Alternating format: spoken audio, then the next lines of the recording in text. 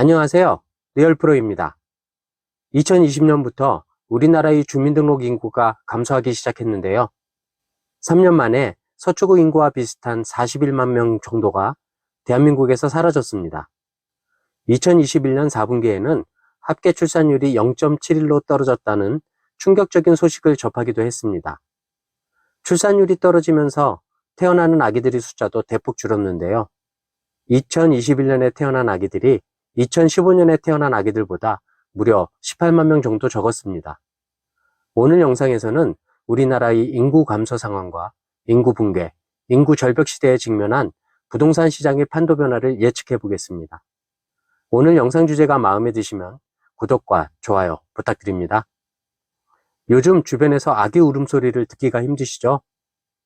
예전만큼 아기를 낳지 않기 때문인데요. 2021년 4분기에는 0.712라는 기록적인 출산율을 나타냈습니다. 일론 머스크까지 나서서 우리나라의 인구 감소를 경고했는데요.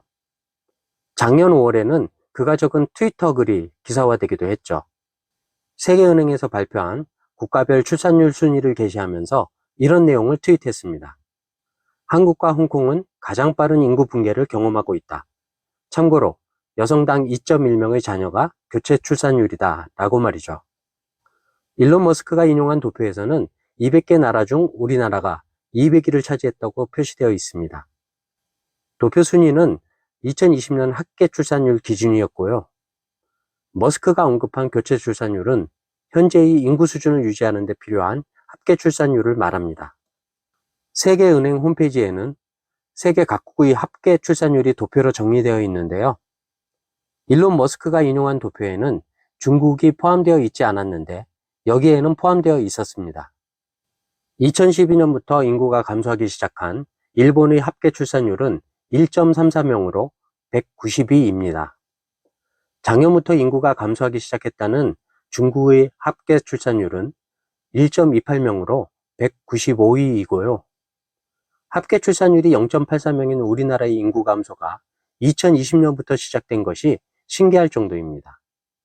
2013년 이후 합계 출산율 변동 그래프를 보면 2013년에 1.19이던 합계 출산율이 이후 2년간은 소폭 상승했지만 2016년부터 줄어들기 시작했습니다. 2018년에 처음으로 1.0 아래로 떨어졌고 2021년에는 0.81을 기록해서 사상 최저치를 경신했습니다. 2022년의 분기별 잠정치를 살펴보면 1, 4분기에는 0.86으로 소폭 상승했던 합계 출산율이 2, 4분기에는 0.75로 떨어졌고 3, 4분기에는 0.79를 기록했습니다. 4, 4분기 수준에 따라 2022년 전체의 합계 출산율이 0.8 이상이 될지 사상 최초로 0.7대를 기록할지가 결정될 예정입니다. 현재의 인구 수준을 유지하려면 합계 출산율이 2.1로 유지되어야 하는데요. 이 수준은 고사하고 일본의 합계 출산율인 1.3 수준을 따라잡는 것조차 힘겨워 보입니다. 합계 출산율 1.3 수준인 일본이 1억 명 인구를 유지하는 정책을 포기했다고 하는데요. 합계 출산율 0.8 수준인 대한민국은 일론 머스크가 예언한 대로 3세대 내에 300만 명 수준으로 감소하게 될까요? 2013년 이후 주민등록 인구 그래프입니다. 2019년까지는 우리나라 인구는 증가했지만 2019년에 정점을 찍고 2020년부터 감소하기 시작했습니다. 2019년에 5,185만 명이던 인구가 2022년에 5,144만 명으로 3년 만에 41만 명이나 감소했습니다. 서초구 인구가 40만 4천 명이니 3년 만에 우리나라에서 서초구 인구가 사라졌다고 할 수 있겠네요. 2020년은 주민등록상의 인구 감소뿐 아니라 자연 감소가 시작된 해였습니다. 한 해 동안 출생하는 사람보다 사망하는 사람이 많을 때 인구 자연 감소가 시작됩니다. 우리나라 인구의 자연 감소는 출생자 수가 급격하게 줄어든 영향이 큰데요. 2013년 이후 출생아 수 변동 그래프를 보면 출생아 수는 2013년부터 2015년까지 3년간은 43만 명 수준을 유지했습니다. 그러다가 2016년부터 급격하게 감소하기 시작했어요. 2016년까지 40만 명을 넘던 출생아 수는 2019년까지는 30만 명대로 줄었고 2020년부터는 20만 명대로 줄었습니다. 2015년에 43만 8천 명이던 출생아 수가 2021년에 26만 1,000명으로 줄었습니다. 불과 6년 만에 한 해 태어나는 아기가 숫자상으로는 17만 8천 명이 줄었고 감소율이 마이너스 40.6%나 됩니다. 출생아가 18만 명 가까이 줄어든다는 것은 한 개 학년 학생 수를 200명으로 가정하면 900개의 학교가 폐교되어야 한다는 것이고요. 한 개 학년 정원이 2,500명 정도인 4년제 대학이 70개 이상 문을 닫아야 한다는 것입니다. 학교뿐 아니라 군대와 직장에서도 인력 부족에 따른 문제점이 상당할 것으로 예상됩니다. 출생아가 급격하게 줄어드는 것은 혼인 건수가 줄어드는 것과 밀접한 관계가 있습니다. 제 주변에도 중년이 넘은 나이까지 결혼하지 않고 혼자 사는 분들이 너무 많은데요. 혼인 건수 변동 그래프를 보면 해가 갈수록 결혼하지 않는 것 같습니다. 2013년에 32만 건이 조금 넘던 혼인 건수가 해마다 꾸준히 줄어들고 있습니다. 2016년부터 30만 건 밑으로 떨어지기 시작했고 작년에는 20만 건 밑으로 떨어져 19만 건 수준을 보였습니다. 2021년 출생아 수는 2013년 대비 마이너스 40.3%의 감소율을 나타냈고 2021년 혼인 건수는 2013년 대비 마이너스 40.4%의 감소율을 나타냈습니다.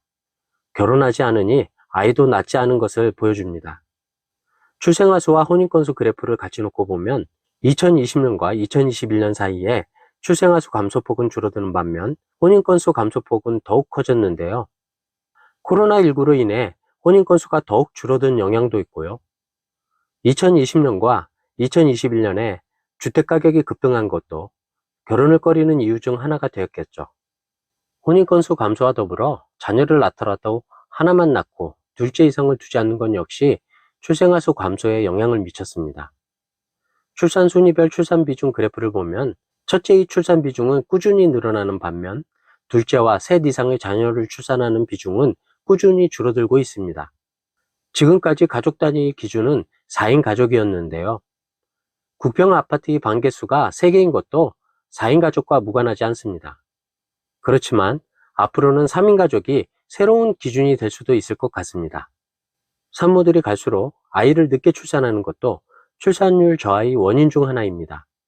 산모의 출산 평균 연령은 2013년 31.8세에서 2021년 33.4세로 1.6세가 많아졌습니다.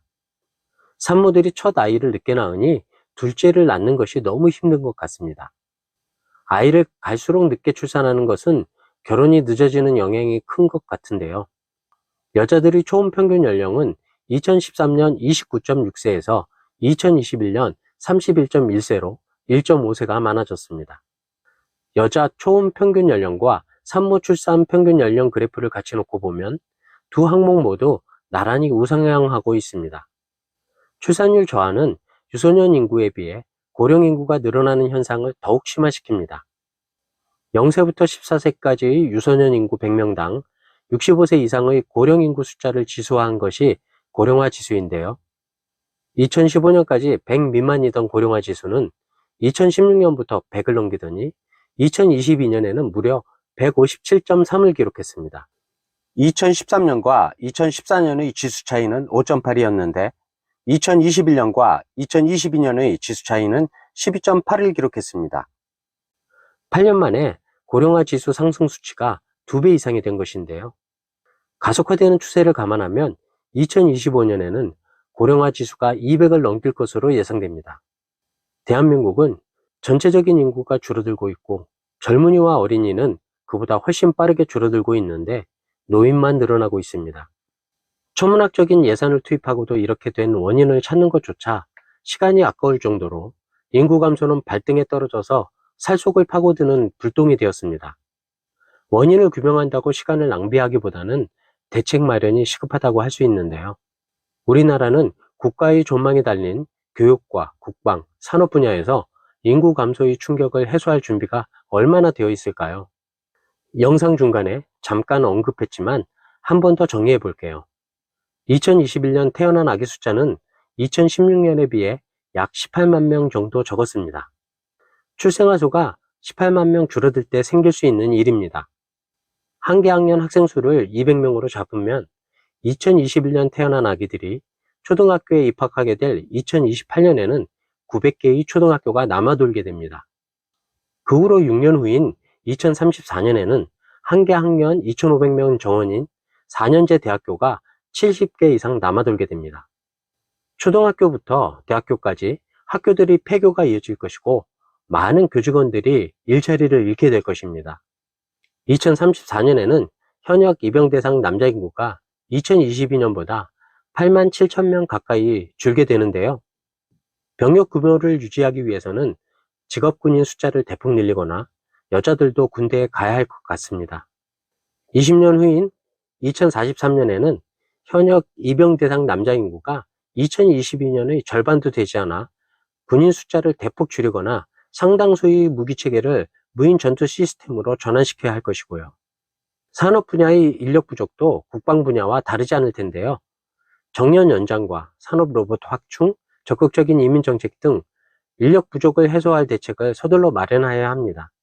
이보다는 시급하지 않겠지만 부동산 시장의 판도 변화도 예측하고 대비해야 할 텐데요. 인구 감소가 시작된 2020년 이후에도 1, 2인 가구가 상당히 증가해서 전체적인 가구 수는 아직도 늘어나고 있습니다.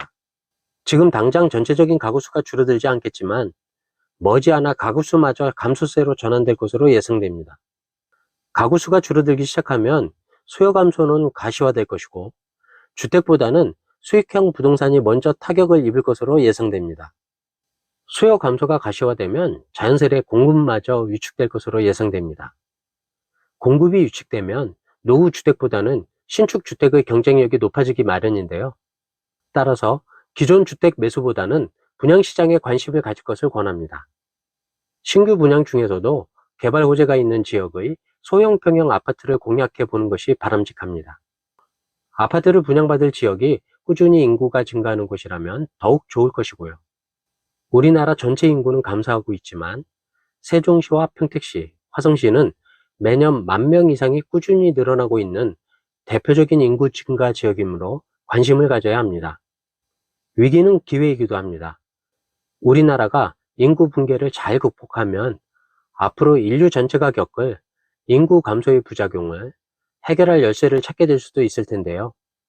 앞으로도 리얼프로에서는 인구 감소 상황을 모니터링하고 해법을 모색하는 영상을 주기적으로 제작할 예정입니다. 오늘 영상이 도움이 되셨다면 구독과 좋아요, 알림 설정 부탁드립니다.